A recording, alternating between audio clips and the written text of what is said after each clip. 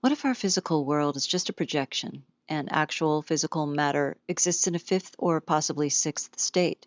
Does it matter? Well, maybe it does if you're trying to comprehend anti gravity or the quantum realm. Lacerta goes in deep here in part 5, and this one is a portal. The question is, in the letters that I got, there was often the question whether you could go into any greater detail describing basically how UFOs work. And she says, it's not that simple, but let me think about it. Let's try this. She tries to explain it with some fundamental facts. So, first of all, she uses a term called Feldraum, which appears to be a German term, and it would stand for field room, literally. But I have translated it into space field because I think that's what she was trying to say here.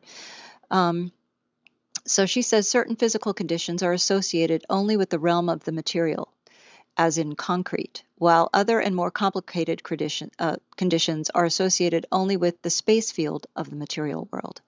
Your conception of the physical world is based on a simple material illusion. That illusion is further subdivided into three elementary or basic conditions of matter. A fourth and very important condition also exists, which you simply pay attention to more or less as you choose. It is the one bordering the sphere of influence or the space field. It's called the plasma realm. For you, the theory for a controlled transformation or an elevation of the frequency of matter and the stable existence of this fourth aggregate condition of matter is not very common, or it exists at a very primitive level. And that was definitely true back in 1999. And I think still today there are a few people and a few physicists that do understand this now. As an aside, there are simply 5 states of matter, which I'm going to go into further on my Patreon channel, Potentials, because there's actually possibly 6 states, but I'm not going to get into that here. The post-plasma state would really be going too far, and it would only serve to confuse you. Besides, it is not necessary for an understanding of the basic theory. It is connected with diverse phenomenon which you would characterize as paranormal. Now back to the essentials, plasma. Now with plasma, I don't mean just hot gas, as the concept is generally simplified, but rather I mean a higher aggregate condition of matter. The plasma state of matter is a special form of matter which lies between its real existence and the sphere of influence, which I've termed as the space field. That is a complete loss of mass and pure accretion of energy of various form whenever matter is pushed or shoved. And then he says there's no explanation for that. She didn't give an explanation, and he was wondering what that meant.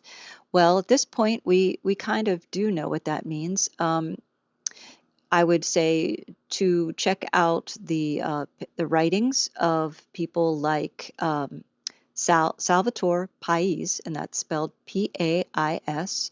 He's written about the superforce, and that's basically what she's talking about here. There's also the writings of Ken Shoulders, and he talks about ball lightning, which is also a phenomenon which is discussed in his papers. So that would help to understand that, what she's actually speaking about here, for people who are reading the Lacerta files and following along and maybe don't understand what she's talking about. This would give you some background. And if you are interested in this kind of thing, I would point you to my Patreon channel. It's called Potentials Podcast. And you would be able to get a little bit more in-depth information on this. I'll get into the nitty-gritty, the details on it that I can't discuss on social media because it's probably just a little bit too detailed and sensitive information. Some of it, I mean, all of it has pretty much been declassified, but some of it maybe not quite so much. So that's why I'm putting it on my Patreon. So if you're interested, please check it out. And thank you for listening, and I hope you enjoyed this.